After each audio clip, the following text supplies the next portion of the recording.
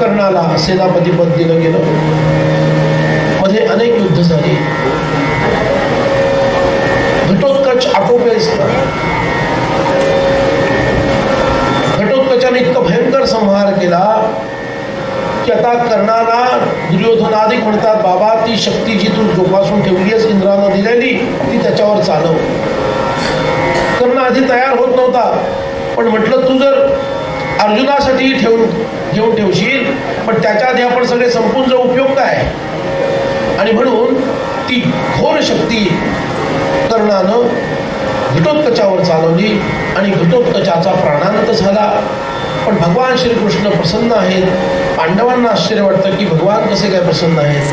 त्यांनी सांगितलं अर्जुन वाचला म्हणून मी प्रसन्न आहे. आणि हेही म्हटलं की घटोत्कच हा काही फार चांगला मनोवृत्तीचा नव्हता.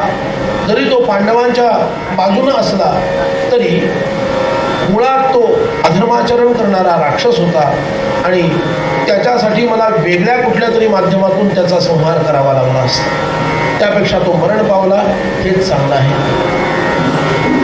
कर्णानं अटीतटीची लढाई करून आता युधिष्ठिर संपवायचाच असा विचार करून त्याला जर्जरित केलं. युधिष्ठिर लज्जित झालेला परत आला. ही बातमी पांडवांना कळली, अर्जुनाला कळली. अर्जुन भीमाला एकट्याला युद्धभूमीत कर्णासमोर ठेवून युधिष्ठिर ठीक आहे ना बघण्यासाठी श्रीकृष्णांच्या सांगण्यावरून येतो, श्रीकृष्णांच्या बरोबर येतो. तेव्हा युधिष्ठिर त्याची आधी प्रशंसा करतात असं मानून की कर्णाला संपूर्णच हा अर्जुन आलेला आहे. खूप प्रशंसा केली, पण अर्जुनाने नंतर सत्य सांगितलं की मी कर्णाला मारून नाही आलो, तर मी तुझी तब्येत बघण्यासाठी आलो. त्याला खूप विषाद झाला आणि त्यांनी खूप टाकून या अर्जुनाला बोललं आणि असं म्हटलं, तुला जमत नसेल तर तुझं गांडीव धनुष्य दुसऱ्याला देऊन टाक. आणि असं म्हटल्यानंतर अर्जुनाच्या अंगातून ठिणग्या बाहेर या लागल्या. त्याला क्रोध आला. त्यांनी एकदम आपलं खड्ग उपसलं आणि आता त्याच्या मस्तकावर प्रहार करण्याचा विचार अर्जुन करायला लागला. कुणाच्या? युधिष्ठिराच्या. भगवान श्रीकृष्ण मध्ये पडले, म्हणाले अर्जुना तुला झालं काय?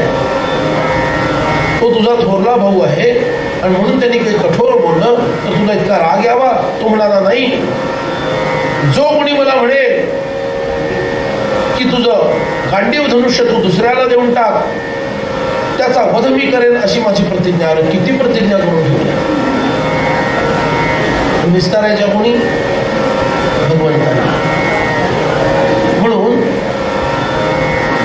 भगवंताने अर्जुनाला खूप त्या ठिकाणी कठोर शब्दामध्ये अर्जुनाची निर्भत्सना केली. भगवंताला युधिष्ठिराबद्दल खूप आदर आहे पहिल्यापासून. इत्यादी गोष्टीवरून जर तू कुणाशी असं वागत असशील तर हे तुला शोभत नाही असं सांगितलं. आणि अर्जुनाला सांगितलं, तू एक काम कर, तू युधिष्ठिराला टाकून बोल. सज्जनांचा अपमान त्यांना मृत्यू समान असतो. सत्पुरुषांचा अपमान हा त्यांना मृत्यू समान असतो. तू खूप टाकून त्याला बोल, म्हणजे जणू काही तू तुझी प्रतिज्ञा पूर्ण केल्यासारखं होईल. आपल्याकडे सगळे ऑप्शन्स तयार आहेत. तो खूप टाकून बोलला. आता टाकून बोलल्यामुळं त्याची प्रतिज्ञा तर सत्य झाली. आता म्हणतो मीच मरतो. अर्जुन म्हणतो आता काय झालं बाबा?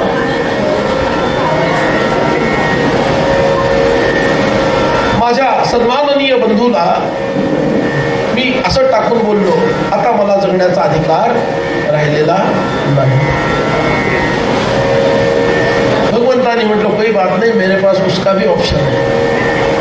आणि भगवान म्हणाले, तू स्वतःची स्तुती कर. तू धर्माच्या मार्गावर चालणार आहेस. आत्मस्तुती मृत्यू समान आहे आणि म्हणून तू आत्मस्तुती कर, म्हणजे तू मेल्यात जमा आहेस. आणि अर्जुनाने आत्मस्तुती केलेली आहे. कुठल्या कुठल्या पद्धतीनं भगवंतानी कसं कसं सांभाळलेलं आहे. आणि अशा प्रकारे हा प्रश्न सोडवला. आता मात्र अर्जुन प्रतिज्ञा करतो युधिष्ठिरासमोर, युद्धाला संपूर्णच मी येणार, हा माझा शब्द. अजून एक प्रतिज्ञा. पण भगवंतांनी त्याला प्रोत्साहन दिलं. व्हेरी गुड, आज याला संपवलंच पाहिजे या पाप्याला, असं म्हणून भगवंतांनी अर्जुनाला प्रोत्साहन दिलं आणि अर्जुन आणि कर्ण यांचं युद्ध प्रारंभ झालं.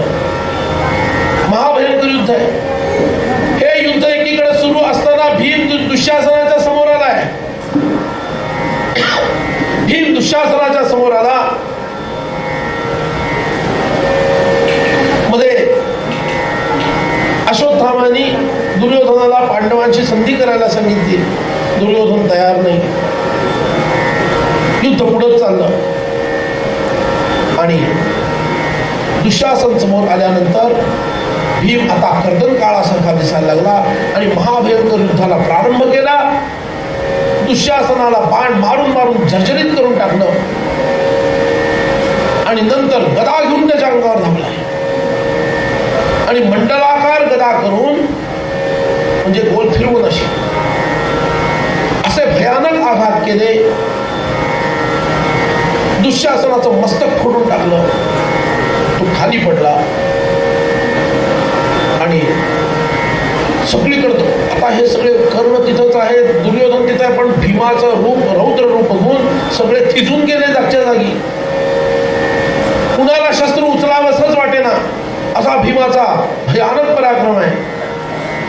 भीम अट्टहास करतोय आणि त्याला तो कसा बसा आता थोडा अजून जिवंत आहे, मेलेला नाहीये. त्याला म्हणतो छाताडावर उभा राहून सर्व कौरवांना हाका मारल्या आणि म्हणाला, अरे या दम असेल तुमच्यात तर दुःशासनाला वाचवा, आहे का तुमची छाती, असं म्हणून बोलवलं. जागचे कोणी हरेच ना, इतकं ते रुद्र रूप त्या भीमाचं बघितलं. भीम म्हणाला, सांग कोणत्या हातानं माझ्या द्रौपदीचे तू केस ओढले होतेस. मूर्छित असलेला दुःशासन कालांतराने जागा झाला आणि भीम छाताडावर उभा आहे बघून त्याला क्रोध आला. अरे आडवा पडला तरी क्रोध आला. कसे लोक आहेत होय. त्याला क्रोध आला आणि म्हणतो, आपला उजवा हात वर करून, हा बघ हात, तो हात, या हाताने मी हे सगळं केलं.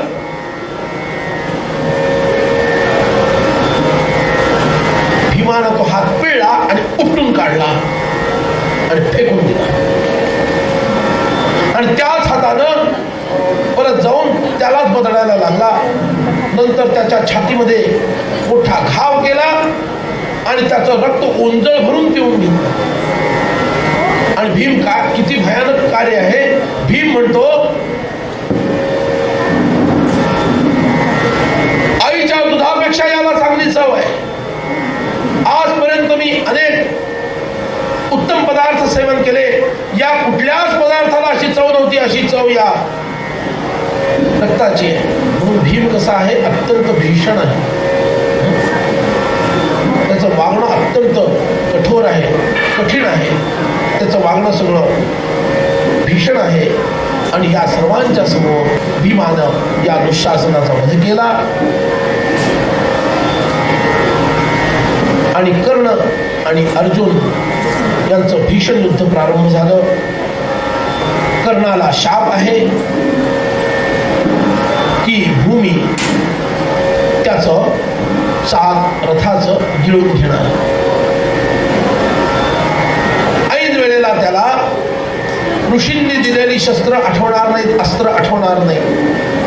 कर्ण आणि अर्जुन उभे आहेत आणि आता भूमीनं त्याचं चाक गिळायला प्रारंभ केला. तरी सुद्धा तो अत्यंत मनापासून लढतोय. त्याचं काही चालत नाहीये फार अर्जुनापुढं, पण तो प्रयत्न करतो. अर्जुनावरही त्यांनी अनेक आघात केले आणि अर्जुनाला मूर्छित पण 2-4 वेळेस केलं. पण तरी सुद्धा तो मधला काळ चाक बाहेर काढण्याचा प्रयत्न करतो आणि भगवान म्हणतात, अर्जुना, हा चाक बाहेर काढण्याचा प्रयत्न करतोय ना, याच वेळेला त्याचा तू वध कर. कर्णानं खूप मोठा लेक्चर दिलेलं आहे. अर्जुना, तू कसा धर्मनिष्ठ आहेस आणि धर्मनिष्ठ असणाऱ्या तुला धर्माला धरूनच युद्ध करायला हवं, हेच तुझं धर्मकार्य आहे. मला चाक भूमीतून बाहेर काढू दे आणि मग मी तुझ्याशी लढतो. तेव्हा भगवान श्रीकृष्णाने त्याला चांगलं सुनावलंय. द्रौपदी एक वस्त्र असताना, रजस्वला असताना, द्रौपदीचं चिरहरण करण्याच्या वेळेस तुझा धर्म कुठं गेला होता? लाक्षागृहाचा प्रसंग तुझ्या समोर घडला, त्यावेळेला धर्म तुझा कुठं गेला होता? भीमाला विष पाजणं, सापानं डसवणं, हे सगळं तुझ्या समोर घडलं, त्यावेळेला तुझा धर्म कुठं गेला होता? आणि तो पौर सौदा मुलगा अभिमन्यू, त्याचं हत्याकांड तुम्ही सगळ्यांनी मिळून केलं, त्याच्यात तूही सामील होतास, त्यावेळेला धर्म कुठं गेला होता? रे अर्जुना, अजिबात याला संधी द्यायची नाही, आत्ताच याला संपव. आणि चाक काढू पाहत असणारे याला, त्याला रथारूढ होण्याआधीच दुर्धर असा बाण अर्जुनानं मारला. क्रोधानं तो बाण मारला. अर्जुनाच्या अंगातून ठिणग्या उडायला लागल्या. आणि महाभीषण अंजनिक नावाचा बाण कर्णाच्या मस्तकावर त्यांनी उडवला आणि त्याच्या शरीरातून जे तेज बाहेर पडलं ते सर्व आकाशामध्ये पसरलं आणि हे सूर्यमंडलामध्ये विलीन झालं. आणि अशा प्रकारे कर्णाचाही वध झाला. गोपाल कृष्ण भगवान जय जय रघुवीर समर्थ. श्रीकृष्ण गोविंद हरे मुरारे, हे नाथ नारायण वासुदेव.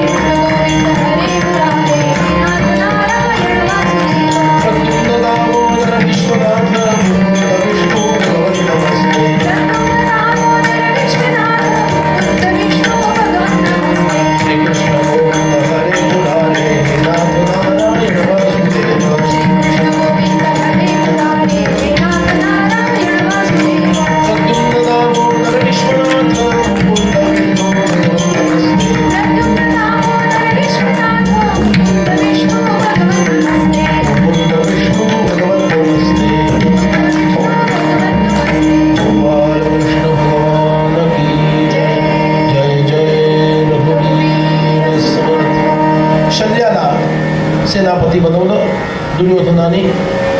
युधिष्ठिराने त्याचा वध केला. त्यानंतर शकुनीचा वध हा सहदेवाने केला.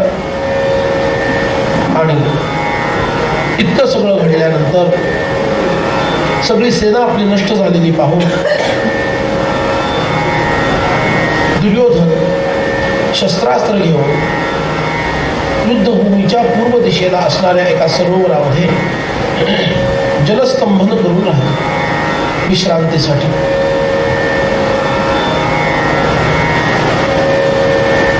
अनेक भिल्लांच्या मदतीनं पांडवांना ही बातमी कळते. अश्वत्थामा, कृतवर्मा आणि कृप हे 3 वीर कौरवांच्या सेनेतले राहिलेले आहेत. अश्वत्थाम्याला दुर्योधन सेनापती बनवतो आणि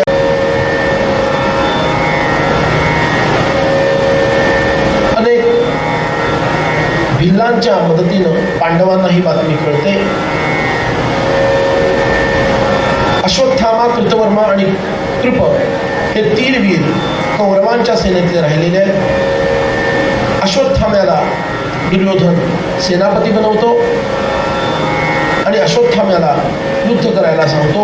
मी सुद्धा थोडी विश्रांती घेऊन पुन्हा येईन आणि युद्ध करेन असं दुर्योधन सांगतो. पांडवांना हे कळतं, तो थकलाय तेव्हाच त्याला संपवायला हवं म्हणून भगवंताच्या सांगण्यावरून युधिष्ठिर तिथे येतो आणि मायावी प्रयोग कर म्हणून सांगतो. तेव्हा युधिष्ठिर आपल्या वाग्जालामध्ये त्याला अडकवतो आणि बोलता बोलता असं म्हणतो, आमच्यातल्या कुणाशीही लढ, एकट्याशी लढ, कुणाशीही लढ, जर जिंकलास तर तू राजा. श्रीकृष्णाने कपाळाला हात लावला घेतला. हे लाहोर ट्रेटीवालं प्रकरण आहे म्हणाले.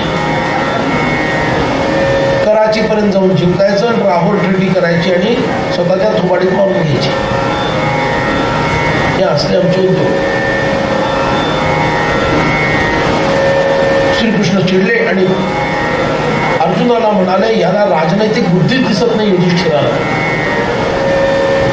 कळतच नाही काय बोलायला हवं काय नाही ते. यांनी फार मोठ्या संकटात, अरे हे संकट तर शकुनीनं टाकलेल्या संकटापेक्षा भीषण आहे. युद्धाच्या संकटापेक्षा हे भीषण आहे. आपण जिंकत आलेले असताना एकट्याशी लढायला सांगायची गरज काय? अरे हा एकटा इतका भारी आहे, हा गदा युद्ध करणार आहे आणि याला होकार दिलेला आहे. गदा युद्धामध्ये तर भीम सुद्धा याला मारू शकेल की नाही सांगणं अवघड आहे, कारण भीम शक्तीने अधिक आहे, पण हा कौशल्याने गदेमध्ये अधिक आहे. 13 वर्ष यांनी लोखंडाच्या पुतळ्याच्या भीमासारखा पुतळा करून त्याला लक्ष बनवून अभ्यास केलेला आहे. आणि हे सगळं चालू असतानाच नेमके बलराम दादा, आता याच वेळेला यायचं होतं त्यांना, ते पण नेमके याच वेळेला आले आणि अनेक तीर्थ आणि व्रताचं महात्म्य सांगितलं. आता ते एवढे मोठे आहेत, सगळ्यांनी चुपचाप ऐकून घेतलं. नंतर त्यांचा नांगराचा फाळ डोक्यात बसायचा, त्यापेक्षा चुपचाप ऐकून घ्यावं. सर्वांनी ऐकून छान घेतलं आणि सांगितलं, तुमचे 2 शिष्य लढणार आहेत, ते मध्ये बसलेले आहेत. आणि युद्धाला प्रारंभ झाला. वेगळ्या वेगळ्या पद्धतीनं युद्ध झालं. भीम 2-4 वेळा खाली पडला आणि मूर्छित झालेला आहे. दुर्योधन सुद्धा 1-2दा पडून मूर्छित झालेला आहे. अर्जुनानं भगवंताला विचारलं, तुझ्या मते युद्धाचा निकाल काय लागेल? भगवंताने सांगितलं, भीम जर धर्मानुसार लढेल तर निकाल लागणार नाही. अधर्मानं जर त्यानं ज्याला मारलं तर निकाल लागेल. आणि त्याची तशी प्रतिज्ञा आहे, मांडी फोडण्याची. आणि मैत्रेय ऋषींचा तसा शाप भीमाला आहे, तो सत्य त्याला करावा लागेल. आणि म्हणून अर्जुन उठतो आणि त्याला खूण करतो मांडी फोडण्याची. तेव्हा भीमानं मंडलाकार ती गदा फिरवली आणि बरोबर अशी मारली की त्याच्या 2 मांड्या चक्काचूर झाल्या आणि धाड गंडो खाली पडला.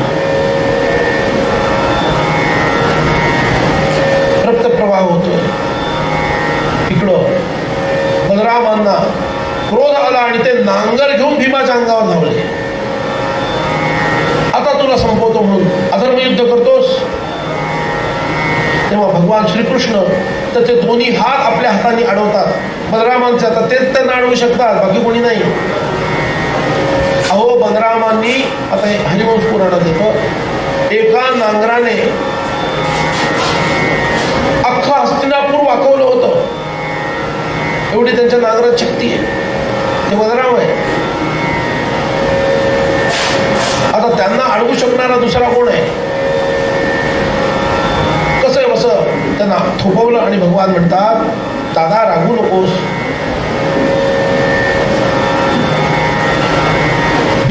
भीमाला त्याची प्रतिज्ञा सत्य करणं आणि मैत्रेय ऋषींचा शाप सत्य करणं गरजेचं होतं. 6 योजना आपण जाणता. एक आपला उत्कर्ष, दुसरा आपल्या मित्राचा उत्कर्ष आणि तिसरा आपल्या मित्राच्या मित्राचा उत्कर्ष. आणि त्याचबरोबर आपला शत्रू, शत्रूचा मित्र आणि शत्रूच्या मित्राचा मित्र यांचा अपकर्ष, या 6 योजना क्रियान्वित ज्ञानी पुरुष करतात.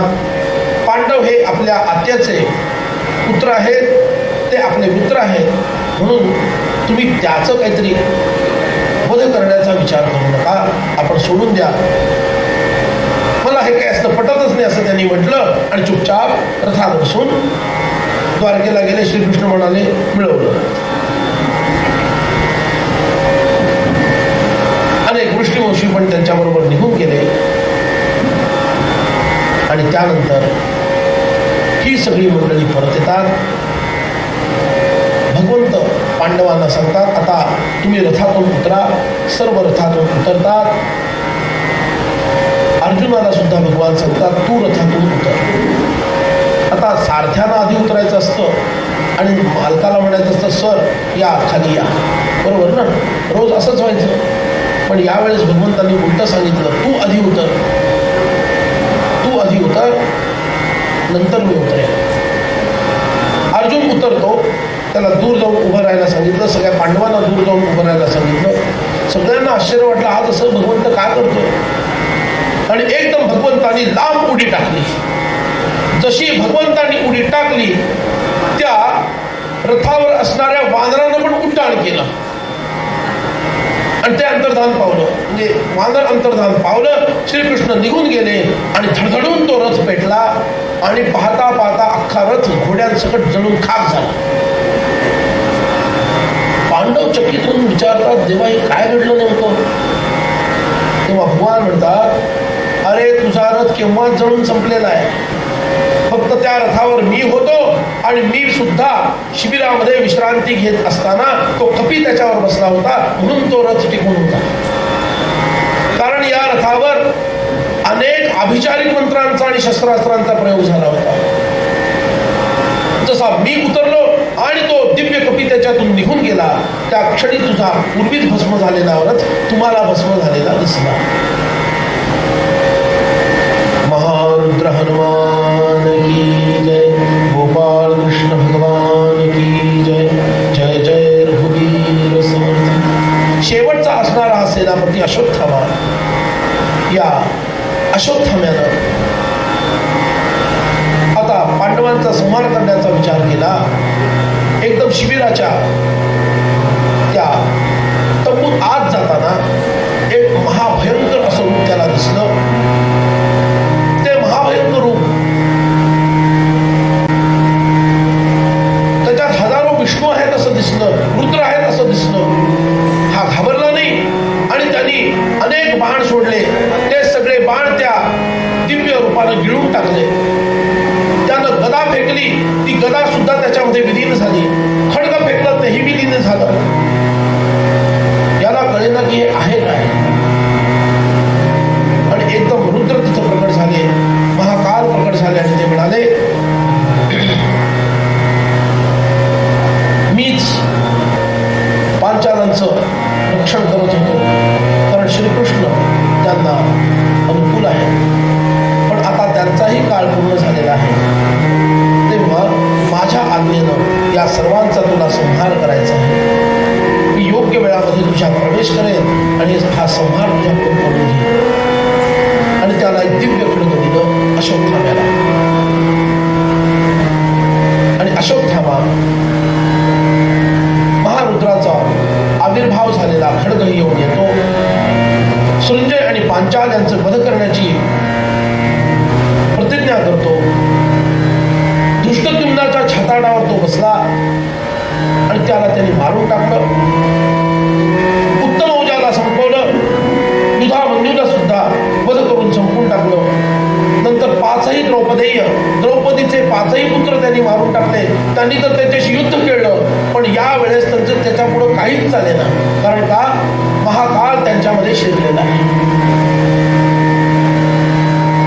आणि महाभीषण संहार केला.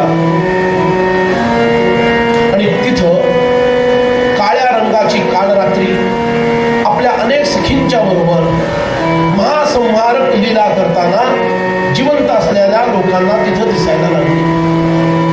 जीव लांब करून ती रौद्रहास्य करणारी कालरात्री तिचं भीषण दर्शन सर्वांना झालं. इतका महासंहार घडला.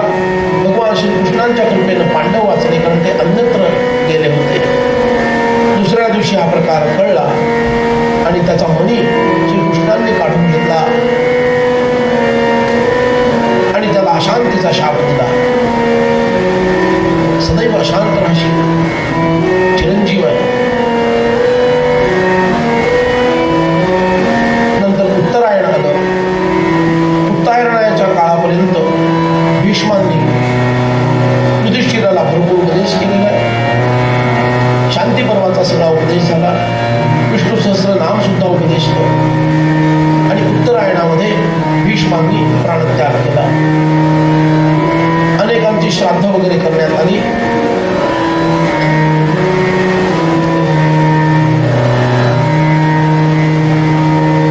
धृतराष्ट्र पांडवांना भेटतात, दुःख व्यक्त करतात. भीष्मांनाही भेटलेले दुःख व्यक्त केलं. तो लोखंडी पुतळा भीमाच्या आकृतीतला, तो भीमाला भेटायचा आहे असं म्हटल्यानंतर धृतराष्ट्राच्या समोर करण्यात आला. त्याच्याही मध्ये 10,000 हत्तीचं बळ आहे. त्यांनी इतकी कडकडून त्याला मिठी मारली की लोखंडाचा पुतळा तुकडे तुकडे होऊन पडला. का तर भीमानं 100 पुत्र मारले होते धृतराष्ट्राचे. इतका क्रोध त्याच्या मनामध्ये होता. नंतर भीमाला भेटू दिलं. 36 वर्ष पांडव यांनी राज्य केलं. भगवान श्रीकृष्ण लीला समाप्तीचं निर्णय घेतात. कलियुगाच्या प्रारंभाला मौसल पर्वामध्ये मुसळाचं कारण होतं आणि त्या ऋषींचा अपमान करून यादव एका साम नावाच्या यादवाला, मुलाला, दिसायला जो कोमल आहे, त्याच्या पोटाला तो गरोदर स्त्री असं दाखवून त्यांना संतांच्या समोर दिलं. त्यांनी सांगितलं हा मुसळ जन्माला घाले आणि खरंच मुसळ जन्माला, लोखंडाचं मुसळ जन्माला घातलं. उग्रसेनानं त्याचे तुकडे तुकडे करवले आणि बारीक बारीक सुरा त्याचा तो समुद्रात फेकून दिला. त्याच्यातून असं एक गवत उत्पन्न झालं.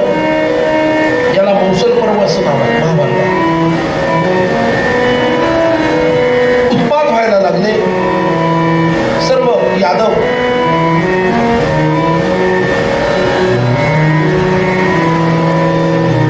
तीर्थावरती गेले प्रभास आदी क्षेत्रामध्ये आणि त्या ठिकाणी थट्टा मस्करी चालू असताना सात्यकीनं कृतवर्म्याचं मुंडकं उडवलं. प्रद्युम्न आदी सात्यकीच्या बाजूने आहेत ते चिडले आणि एकमेकांमध्ये भांडणं सुरू झाली. भगवान श्रीकृष्णांच्या उपस्थितीमध्ये हे सगळं सुरू आहे आणि एकमेकांचे ते वध करायला लागले ऋषींच्या शापामुळं. भगवंताचा पुत्र प्रद्युम्न मारला गेला, अनिरुद्ध नातू मारला गेला हे भगवंतांनी पाहिलं आणि भगवंत क्रोधायमान झाले आणि त्यांनी चतुर्भुज रूप धारण करून अनेक यादवांचा स्वतःच्या हातानं संहार केला. आणि या काळामध्ये बलभद्र ते स्थान सोडून निघून गेले, पश्चिम दिशेला निघून गेले, योग धारणा केली. श्वेत वर्णाच्या एका प्रचंड मोठ्या नागराजामध्ये ते रूपांतरित झाले आणि ते नीच लोकाला निघून गेले. ही बातमी भगवान श्रीकृष्णांना कळल्यानंतर त्यांनी सुद्धा लीला संपवायचं ठरवलं आणि एका व्याधाच्या पायाला मारलेल्या बाणाचं कारण करून भगवान श्रीकृष्णांनी सुद्धा आपली ही लीला संपवली. त्याआधी तालुकाला सांगितलं मी देह त्यागता क्षणी 7व्या दिवशी समुद्र द्वारका बुडवेल. त्याआधी या सर्व स्त्रियांना आणि वृद्धांना द्वारकेतून बाहेर न्यावं आणि हस्तिनापुरी न्यावं. भगवंतानी लीला संपवली आणि लीला संपवल्यानंतर दारुक तिथं जातो. श्रीकृष्णांनी लीला संपवली असं सांगतो. सर्व पांडवांना दुःख होतं. अर्जुन भगवंताच्या आज्ञेवरून द्वारकेत जातो. 1 दिवस शिल्लक आहे आणि सर्वांना, स्त्रियांना आणि वृद्धांना तो घेऊन बाहेर येतो. द्वारका बुडते. द्वारका बुडल्यानंतर श्रीकृष्णांच्या आज्ञेवरूनच हा सर्व स्त्री बालक यांना आपल्या हस्तिनापुराच्या दिशेने नेत असताना अभिरांचं आक्रमण त्यांच्यावर होतं.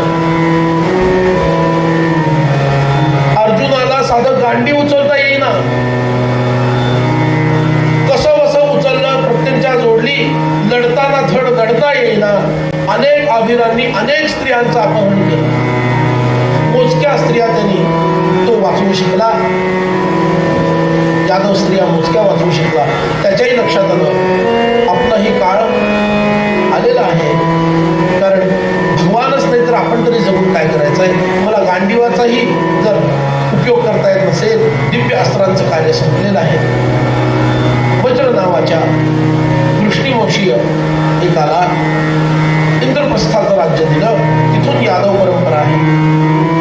आणि हस्तिनापुरामध्ये युधिष्ठिराने ठरवलं की आता आपण महाप्रस्थानिकाला निघायचं. त्यामधल्या काळामध्ये विदुर आणि धृतराष्ट्र, कुंती, गांधारी या सर्व वानप्रस्थाने निघून गेलेले आहे. आणि पांडवांनी अभिमन्यूचा पुत्र परीक्षित याला सिंहासनावर बसवलं. या परीक्षिताचा पुत्र जन्मेचे ही सगळी कथा ऐकते. आणि पांडव निघाले, चालत निघालेले आहेत. हिमालयातून पायी जाऊन स्वर्गामध्ये प्रवेश करायचा. भरपूर अंतर कापल्यानंतर सर्वप्रथम द्रौपदी खाली पडली. द्रौपदी खाली पडली. विचारलं भीमानं, विचारणारा भीमानं विचारलं, दादा द्रौपदी का पडली रे? युधिष्ठिराने सांगितलं ती पतिव्रता होती हे खरं, पण तिचा ओढा अर्जुनाकडे विशेष जास्त होता आणि 5ही जणांबद्दल समान भावना ती ठेवू शकली नाही. त्यामुळं सदेह स्वर्गात यायला ती पात्र नाही म्हणून ती पडली. काही अंतर चालून गेल्यानंतर नकुल पडला. नकुल का पडला रे दादा? नकुल धर्मनिष्ठ होता, पण नकुलाला स्वतःच्या रूप सौंदर्याचा खूप अभिमान होता. माझ्यासारखा सुंदर पुरुष जगात आणि कोणी नाही होता. तेव्हा दोन होते, भगवान श्रीकृष्ण आणि प्रद्युम्न. पण ते भगवान आहेत म्हणून माणसांमधला कोणी दुसरा नाही. आणि त्यामुळे तो पडला. काही अंतर कापून गेल्यानंतर हे सर्व चालले बरोबर. कुणासाठी थांबायचं नाही, पुढे जायचं आहे.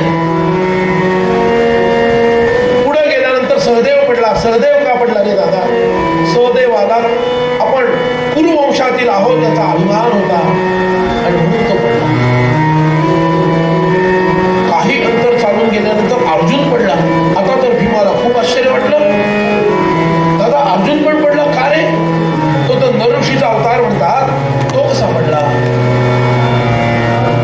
तेव्हा युधिष्ठिराने सांगितलं त्याला स्वतःच्या सर्वश्रेष्ठ धनुर्धरत्वाचा आणि गांडीव धनुष्याचा अत्यधिक अभिमान होता म्हणून तोही पडला. आणि काही अंतर चालून गेल्यानंतर भीम सुद्धा खाली पडायला लागला. त्याने म्हटलं दादा मला एकही पाऊल पुढचं टाकता येणार नाहीये, आता माझी यात्रा इथंच संपली, मला सांग मी का पडलो? तेव्हा युधिष्ठिराने सांगितलं तुला स्वतःच्या बळाचा फार अभिमान आणि तू फार खादाड होतास रे म्हणून तू पडलास. आणि असं म्हणून युधिष्ठिर एकटे शिखराच्या वरपर्यंत पोहोचतात. विमान तिथून येतं. विमान तिथं आल्यानंतर युधिष्ठिर वर चढणार, त्यांच्याबरोबर एक पुत्र पण त्यांना साथ देणार आहे, तेही तिथं आलेलं आहे. त्या पुत्रालाही बरोबर घ्या असं म्हणतो युधिष्ठिर. देवदूत म्हणतो शक्य नाही, एकच सीट अवेलेबल आहे. मग युधिष्ठिर म्हणतात याला घेऊन जा. धन्य युधिष्ठिर. आणि असं म्हटल्यानंतर ते श्वान सुद्धा यमधर्माचा लक्षण त्यांनी आपलं रूप प्रकट केलं आणि युधिष्ठिराला सदैव स्वर्गामध्ये स्थान मिळालं. इथून पुढे महाभारतातील सगळ्यात शेवटचे स्वर्गारोहण पर्व प्रारंभ होते. या स्वर्गात गेल्यानंतर युधिष्ठिराला काय दिसलं? आश्चर्यचकित करणारी अशी गोष्ट दिसली. ती म्हणजे स्वर्गामध्ये त्याला अत्यंत वैभवशाली असा दुर्योधन दिसला. त्याचबरोबर दुःशासनाआधी जितके जितके म्हणून वीर मारले गेले होते, हे सगळे वीर त्याला स्वर्गामध्ये वैभवशाली रूपामध्ये दिसले, आनंदामध्ये दिसले. आणि आपली भावंड तर कुठंच दिसेना, द्रौपदीही दिसेना. युधिष्ठिर अत्यंत आश्चर्यचकित झालेले आहेत. एवढ्यात नारद तिथे येतात आणि म्हणतात, युधिष्ठिरा, अरे वीरगती प्राप्त झाली ना, म्हणून हे सर्व कौरव स्वर्गामध्ये आलेले आहेत, पण माझी भावंड तर दिसत नाही आहेत. तेव्हा युधिष्ठिरानं मागणी केली की ज्या ठिकाणी पांडव गेलेले आहेत त्या ठिकाणी मला घेऊन चला. आणि देवदूतांनी युधिष्ठिराला अशा एका विचित्र अंधकारमय दुर्गंधयुक्त, जिथं प्रेतांचा खच पडलेला आहे, अशा विचित्र अशा नरकामध्ये आणून सोडलं, जिथं वैतरणी नदी वाहतीये. या ठिकाणी नेऊन सोडलं. युधिष्ठिर अशाही ठिकाणी राहायला तत्पर झाला. तो म्हणाला, माझी भावंड जर इथं असतील तर मला इथंच राहायचं आहे, मला स्वर्गामध्ये राहायची इच्छा नाही आहे. बघा, रामायण आणि महाभारतातील हे साम्य पण पाहण्यासारखं आहे. श्री रामरायांनी सांगितलं होतं लक्ष्मणाला की तू भरत आणि शत्रुघ्न यांच्याखेरीज मला इतकंसं जरी सुख मिळणार असेल तरी ते अग्निदेवता भस्म करोत. जे काही सुख मला मिळेल ते प्रत्येक सुख मला तुमच्यामध्ये वाटून घ्यायचं आहे, मला एकट्याला भोगायचं नाही. तो रामरायांचा आदर्शच इथं युधिष्ठिर गिरवत आहेत. माझी भावंड ज्या कुठल्या ठिकाणी आहेत त्या ठिकाणी मला राहायचं आहे, मला स्वर्गात जाऊन नाही राहायचं जिथं माझी भावंड नाही आहेत. आणि अशा ठिकाणी युधिष्ठिर आल्यानंतर तो परत जाण्यासाठी आता निघतो. माझी भावंड कुठे आहे ते पाहण्यासाठी पुढे निघतो. इतक्यात, महाराज आपण थांबावं, महाराज आपण इथंच थांबावं, दूर न जावं, आपल्या केवळ येण्यामुळं आम्हाला इथं सुखाचा अनुभव येत आहे. दुर्गंधी युक्त असणारा हा सगळा वायू निघून जाऊन सुगंधी वायू इथं वाहत आहे. चटके बसण्यासारख्या ज्या भावना आहेत त्या नष्ट होऊन आम्हाला सुखद आल्हाददायक अनुभव येत आहे. तेव्हा आपण इथून न जावं. आवाज तर ओळखीचा वाटला पण दिसत कोणी नाहीये. म्हणून युधिष्ठिरांनी चौकशी केली तर त्याला कळलं की ह्या द्रौपदी आणि 4 पांडवांचा आवाज आहे. म्हणून तो तिथंच थांबला. त्यामुळं त्या ठिकाणची प्रेतं निघून गेली, दुर्गंधी नष्ट झाली आणि वैतरणी नदी सुद्धा लुप्त झाली.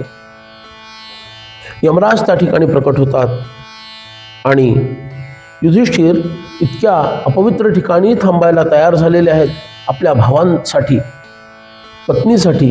हे पाहून युधिष्ठिराची खूप प्रशंसा यमधर्मांनी केली आणि यमधर्म म्हणतात, अरे यक्ष प्रश्नाच्या प्रसंगाला ज्या वेळेला तू सगळीच्या सगळी उत्तरं बरोबर दिलीस तेव्हा मी तुला म्हटलं होतं की तुझा एक भाऊ मी जिवंत करतो. आणि त्यावेळेला तू अर्जुन अथवा भीम या कौंतेयांना म्हणजे सख्ख्या भावांना उठवण्याच्या ऐवजी तू नकुलाला उठवायला सांगितलंस. मी तुला प्रश्न विचारला होता, अरे अर्जुन किंवा भीम यांच्या ऐवजी तू नकुलाला का उठवत आहेस? अर्जुन आणि भीम हे बलवान आहेत, युद्धासाठी त्यांचा उपयोग होणार आहे नकुलापेक्षा. तेव्हा तू उत्तर दिलं होतंस, एक माझ्या रूपामध्ये कौंतेय जिवंत आहे, कुंतीपुत्र जिवंत आहे, आता एक माद्रेय पण जिवंत राहायला हवा, म्हणजे माद्रीचा पुत्रही जिवंत राहायला हवा, आणि म्हणून मी नकुलाला उठवतोय. हे उत्तर तुझं मला इतकं प्रसन्न करणारं होतं की मी सर्वच्या सर्व पांडवांना उठवलं होतं. हा परीक्षेचा प्रसंग. त्यानंतर स्वर्गारोहणाच्या वेळेला एक श्वान तुझ्याबरोबर आलेला असताना त्या श्वानालाच तू बसवा. एकच जर स्थान असेल तर श्वानाला बसवा, कारण ते आमच्या बरोबर अगदी हस्तिनापुरापासून आलेलं आहे. शेवटपर्यंत या श्वानाने मला साथ दिलेली आहे. एकालाच जर तुम्हाला स्वर्गाला न्यायचं असेल तर तुम्ही ते श्वानाला न्या, मला नेऊ नका, असं तू म्हटलं होतंस. ते श्वान म्हणजे मीच होतो हेही तुला माहिती आहे. हे नंतर उघड झालं. यातही तुझं परीक्षेमध्ये तू उत्तीर्ण झालास आणि आत्ता या ठिकाणी जिथं बंधुप्रेमाचा प्रसंग दिसतोय, तुला स्वर्गामध्ये वैभवशाली जीवन जगण्याची संधी उपलब्ध असताना सुद्धा आपली भावंड तिथं नाही आहेत म्हणून तू या नरकामध्ये आलेला आहेस. खरंच तू धन्य आहेस. आणि असं म्हणून त्याची खूप प्रशंसा केली. तिथं इंद्रदेव प्रकट झाले. युधिष्ठिराने विचारलं की आम्ही इतकं धर्माने वागून सुद्धा नरक का, आणि कौरव इतक्या दुष्टपणाने वागून त्यांना स्वर्ग का? याचं उत्तर इंद्राने दिलं, पुण्यशील माणसाकडून सुद्धा थोडंसं पाप होत असतं आणि पापी माणसाकडून सुद्धा थोडंसं पुण्य होत असतं. म्हणून पुण्यशील माणसाला पहिल्यांदा त्याचं पाप नष्ट करण्यासाठी आम्ही नरकात पाठवतो आणि ते पाप नष्ट झालं की दीर्घकाळ तो स्वर्गामध्ये राहतो. याच्या उलट पापी जनांना आम्ही त्यांनी केलेलं पुण्य भोगण्यासाठी आधी स्वर्गात पाठवतो आणि ते पुण्य संपताक्षणी आम्ही त्याला नरकामध्ये त्याची रवानगी करतो. म्हणून जीवनामध्ये थोडंसं जे काही पाप तुझ्या भावांकडून आणि द्रौपदीकडून घडलं ते भोगण्यासाठी आत्ता हे इथं आलेले आहेत. याच्या विरुद्ध थोडंसं पुण्य जे काही कौरवांकडून घडलं ते हे कौरव आत्ता स्वर्गात भोगत आहेत. त्यांचं पुण्य संपताक्षणी त्यांना नरकात पाठवलं जाईल.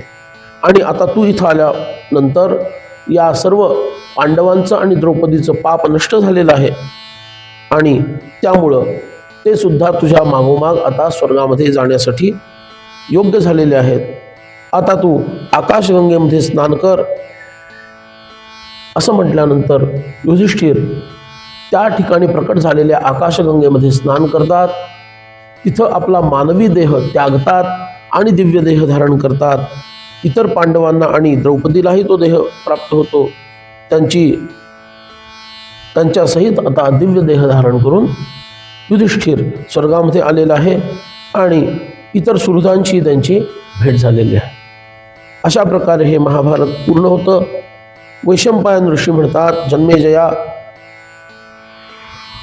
नंतरच्या काळामध्ये हे सर्वजण त्यांच्या मूल देवतांमध्ये विलीन झाले. म्हणजे युधिष्ठिर यमधर्मामध्ये विलीन झालेला आहे, अर्जुन नर ऋषीमध्ये, भीम हा वायुदेवतेमध्ये, नकुल सहदेव अश्विनी कुमारांमध्ये, द्रौपदी ही स्वर्गलक्ष्मीमध्ये विलीन झालेली आहे. आणि ह्यानंतर महाभारताची सुंदर अशी श्रवणाची फलश्रुती सांगितली आणि सगळ्यात शेवटी भारत सावित्री नावाचा महाभारताचा सारभूत उपदेश पुन्हा एकदा वेदव्यासांनी सांगितला आणि या ठिकाणी महाभारत संपन्न होतं. पुढं एक खिल पर्व येतं, जे 19वे पर्व आहे. खिल पर्व म्हणजे पुरवणी. ज्या श्रीहरींनी कृष्ण रूपामध्ये अवतार घेतला त्या श्रीहरींचा चेष्टा लीला यामध्ये थोडक्यात सांगितलेलं आहे. म्हणून त्याला हरिवंश पुराण असंही म्हटलं जातं. या खिल पर्वाचं नाव आहे हरिवंश पुराण पर्व. यामध्ये आदिसर्ग आहे, अनेक वंशांच्या उत्पत्तीचं वर्णन आहे. त्यामध्ये विशेष करून वृष्णीवंश, ज्या वंशामध्ये भगवान श्रीकृष्ण जन्म घेतात त्याचं वर्णन आहे. भगवान विष्णूंचा अवतार कसा होतो याचं वर्णन आहे. तारकामय युद्ध कसं झालं आणि त्यामध्ये कालनेमीशी भगवान विष्णू कसे लढतात याचं सगळं वर्णन आहे. आणि कालनेमीचा वध करून भगवान पुन्हा विष्णू रूपामध्ये विश्रांती घेण्यासाठी परततात असं वर्णन आहे. मग सर्व देवांचे अंशावतार कसे होतात याचं वर्णन केलेलं आहे. मथुरा नगरी कशी उत्पन्न झाली, त्याचा रामावताराशी काय संबंध आहे, आणि शत्रुघ्न ही नगरी कसं वसवतो याचं वर्णन करून पुढं कंस कशा प्रकारे या नगरीमध्ये येतो, हा कालनेमीचाच अंशावतार असलेला कंस हा कसा तिथे येतो, नारद आणि कंस संवाद, जेणेकरून हा देवकीच्या 6 गर्भांना नष्ट करायला प्रवृत्त कसा होतो याचं वर्णन आहे. राम म्हणजे बलराम आणि कृष्ण यांचे जन्म, राम आणि कृष्ण यांच्या बाललीला ज्या व्रजामध्ये होतात त्या ठिकाणी त्या दोघांकडून झालेल्या असुरांचे संहार, मग वृंदावनाला त्यांचं जाणं, त्या ठिकाणी केलेल्या या दोघांच्या लीला, यामध्ये हरिवंश पुराणामध्ये खूप सुंदर गोष्ट सांगितली की बलराम आणि श्रीकृष्ण एकच आहेत, यांच्यामध्ये भेद मानू नका, दोघेही एकच आहेत, हे प्रतिपादन या हरिवंश पुराणाचं आहे. तिथं त्यांनी केलेले शत्रुवध, त्यानंतर इंद्राच्या प्रभावाखाली प्रचंड पाऊस पडला असताना गोवर्धन धारण केलं ते वर्णन, रासक्रीडा, नंतर अत्यंत महत्त्वाचा असणारा केशी नावाचा जो घोड्याच्या रूपात आलेला दैत्य आहे त्याचं भगवान श्रीकृष्णांनी केलेला वध, मथुरेमध्ये जाऊन कुवलयापीड या हत्तीचा केलेला वध, चाणूर, मुष्टिक आणि कंस या सर्वांचे केलेले वध बलराम आणि श्रीकृष्णांनी, त्यानंतर उग्रसेनाचे केलेला राज्याभिषेक, देवकी आणि वसुदेव यांची राम आणि कृष्णांची झालेली भेट, त्यानंतर महान ऋषी सांदीपनी यांच्याकडं राम आणि कृष्ण अध्ययनासाठी जातात हे वर्णन, यादव आणि मागध, मागध म्हणजे जरासंध यांच्याशी झालेली युद्ध आणि प्रत्येक युद्धामध्ये जरासंधाचा झालेला पराजय याचं वर्णन आहे. मग सारख्या होणाऱ्या या आक्रमणांपासून या मथुरेचं रक्षण व्हावं या उद्देशानं राम आणि कृष्ण दोघेही गोमंत पर्वतापाशी आल्याचं वर्णन आहे. तिथं शृगाल नावाच्या राजाचा वध श्रीकृष्ण भगवान करतात. त्यानंतर रुक्मिणी स्वयंवराचं अद्भुत असं वर्णन यामध्ये आलेलं आहे की ज्या ठिकाणी स्वर्गातील सर्व सामग्री आणून इंद्र श्रीकृष्ण भगवंताचा अभिषेक करतो आणि हा राजा आहे असं घोषित करून आता हा रुक्मिणीचा हात मागायला पात्र आहे, कारण राजा नसताना राजकुमारी असणाऱ्या रुक्मिणीचा हात मागणं उचित नाही असं लोकांना वाटत असल्यामुळं तो अपवाद दूर करण्यासाठी प्रत्यक्ष इंद्र भगवान येऊन श्रीकृष्ण भगवंताचा राज्याभिषेक करवतात असं वर्णन यामध्ये आलेलं आहे. त्यानंतर रुक्मिणी स्वयंवराचा प्रसंग सगळा घडलेला आहे, यामध्ये रुक्मिणीचं अपहरण भगवान करतात याचं सुंदर वर्णन आलेलं आहे. आणि त्या दरम्यान झालेला कालयवनाचा वध आहे. नंतर द्वारका नगरीची निर्मिती कशी झाली याचं वर्णन आहे. त्यानंतर रुक्मिणी अपहरण आणि रुक्मिणी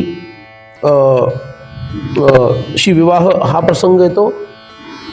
रुक्मीचा वध कशा पद्धतीनं सुवर्णाची लगड डोक्यामध्ये घालून बलरामांनी केलेलं आहे याचं अत्यंत रोमहर्षक वर्णन यामध्ये आलेलं आहे. भगवान श्रीकृष्णांद्वारे नरकासुराचा वध कसा झाला आणि अनेक साध्वी स्त्रियांचं, युवतींचं रक्षण भगवान श्रीकृष्ण कसे करतात याचं वर्णन इथं आलेलं आहे. पत्नीच्या आग्रहासाठी पारिजातक वृक्ष भगवंताला स्वर्गातून आणावा लागतो, त्यासाठी इंद्राशी युद्ध करावं लागतं आणि शिवांच्या कृपेनं हा पारिजातक वृक्ष ते आणतात. आणि त्यानंतर ही त्यांची पत्नी श्रीकृष्णांच्या पुण्यक व्रताच्या अंतर्गत दान करते नारदांना आणि नारद पुन्हा त्यांना परत करतो, हे सगळं वर्णन आलेलं आहे. त्यानंतर षटपुरांचा वध श्रीकृष्ण भगवान कसे करतात हा एक अद्भुत प्रसंग मोठ्या स्वरूपामध्ये वर्णन केलेला आहे. त्यामध्ये पांडव हे श्रीकृष्णांच्या बाजूने कसे लढतात आणि एकटा प्रद्युम्न भगवान शिवशंकरांच्या कृपेमुळं कशा पद्धतीनं भीष्मादिकांना सुद्धा बंदी बनवतो, दुर्योधनादिकांना सुद्धा बंदी बनवतो. एकटा प्रद्युम्न भगवान श्रीकृष्णांचा रुक्मिणीपासून झालेला पुत्र, याचं अद्भुत वर्णन या ठिकाणी आलेलं आहे. निकुंभ आणि अंधक यांचे वध कसे झाले याचंही वर्णन केलेलं आहे. मग त्याआधी हा प्रद्युम्न कोण हे कळण्यासाठी म्हणून प्रद्युम्नाची कथा येऊन जाते. प्रद्युम्नाचं कामदेवाचाच हा अवतार आहे. तर ते प्रद्युम्नाचं अपहरण कशा पद्धतीनं शंभरासुरानं केलं आणि त्याचा वध प्रद्युम्नानंच नंतर कसा केला याचं सगळं वर्णन येतं. अनिरुद्ध आणि उषा ही राक्षसी आहे, राक्षसकन्या आहे, पण अनिरुद्ध हा भगवान श्रीकृष्णांचा नातू आहे. तर यांच्यामध्ये कशा पद्धतीनं विवाह प्रसंग प्रकट झाला आणि त्या विवाहासाठी अनिरुद्धाचं अपहरण कसं करण्यात आलं आणि त्यानंतर भगवान श्रीकृष्ण आणि भगवान महादेव यांच्यामध्ये कसं भयंकर युद्ध झालं आणि त्या युद्धाचा निकाल न लागता शेवटी युद्ध थांबवलं गेलं आणि त्यानंतर या अनिरुद्धाचं कशा पद्धतीनं विवाह उशेशी झाला हे सुंदर वर्णन यामध्ये सापडतं. पुत्रप्राप्तीसाठी श्रीकृष्ण भगवान कैलासावर जातात सांबाच्या प्राप्तीसाठी याचं वर्णन होतं आणि त्या दरम्यान पौंड्रकाद्वारे वासुदेव पौंड्रक जो आहे जो स्वतःलाच वासुदेव म्हणून घेत असतो आणि श्रीकृष्णापेक्षा मी खरा वासुदेव आहे असं सांगत असतो, त्याचं आक्रमण एकलव्याच्या मदतीनं कशा पद्धतीनं द्वारकेवर होतं आणि भगवान श्रीकृष्ण शिवांकडून वरदान प्राप्त करून कैलासावरून परत आल्यानंतर पौंड्रक एकलव्यादिकांचा वध कसं करतात याचं वर्णन आलेलं आहे. नंतर हंस आणि डिंभक यांच्या वधाची कथा येते. दीर्घ काळानंतर यशोदा आणि नंदबाबा यांना भगवान श्रीकृष्ण भेटतात याचं वर्णन येतं आणि अशा प्रकारे हा हरिवंश पुराणाचा खिल पर्वाचा भाग पूर्ण होतो. त्याची अद्भुत फलश्रुती सांगून हरिवंश पुराणाचं महात्म्य सुद्धा भगवान वेदव्यास सांगतात आणि अशा प्रकारे महाभारताच्या या खिल पर्वाचाही समारोप होतो. अशा प्रकारे हे महाभारत इथं पूर्ण झालेलं आहे. संक्षेप रूपानं का असेना पण पूर्ण झालं आहे असं मी स्पष्ट घोषित करतो. राधे कृष्ण भगवान की जय. वेदव्यास भगवान की जय. आर्य सनातन वैदिक हिंदू धर्म की जय.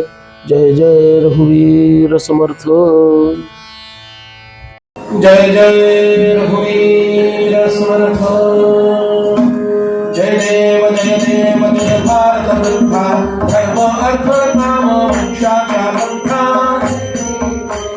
कृष्णद्वैपायने केली तवर्चना लेखक गणेश देव व्यासी वंदना दक्ष एक श्लोक भव्य ती गणना भारे श्रेष्ठ भारत पुढे न तुलना.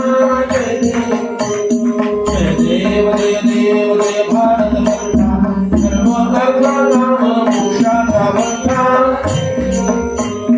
वैशंपायन ऋषी वक्ता उद्भट जनमेजय तो श्रोता भारत सम्राट सर्व संग्रामानी गायते नीट भक्तित जनते सारे नगरी भोगाट. जय देव जय भारत वंदना धर्म अर्थ काम मोक्षाच्या पंथा पर्वे आख्यानेती इतिहास श्रेष्ठ सर्व ग्रंथामानी झाले वरिष्ठ नीतिशास्त्र तत्त्वज्ञाने वरिष्ठ वैदिक सनातनाचे सर्वांग स्पष्ट. जय देव जय भारत वंदना धर्म अर्थ काम मोक्षाच्या पंथा नारायण मनोहर कृष्णानुकुल धर्मस्थापनेसी परिबद्ध प्रबळ दुष्टाचा संहार शिष्टांना बोध राम राज्य स्थापन केले सोडवण. जय देव जय भारत वंदना धर्म अर्थ काम मोक्षाच्या पंथा. भगवद्गीता दिव्य वस्त्री साधे भीष्मांचा उपदेश कंठी विराजे सहस्रनाम पुष्पगुरुभ्यं नमोजे वेदराची बोलीती उपगीती वेदे. देव जय भारत वंदना धर्म अर्थ काम मोक्षाच्या पंथा दास राशी हाजी वर द्यावा देव देश धर्म सुदृढ धरावा भारत वंदे भारत देश मारावा प्रभाव तो खंडून धर्म वाढावा. जय देव जय भारत वंदना धर्म अर्थ काम मोक्षाच्या पंथा धर्म अर्थ काम मोक्षाच्या पंथा धर्म अर्थ काम मोक्षाच्या पंथा. कर्पूर गौरं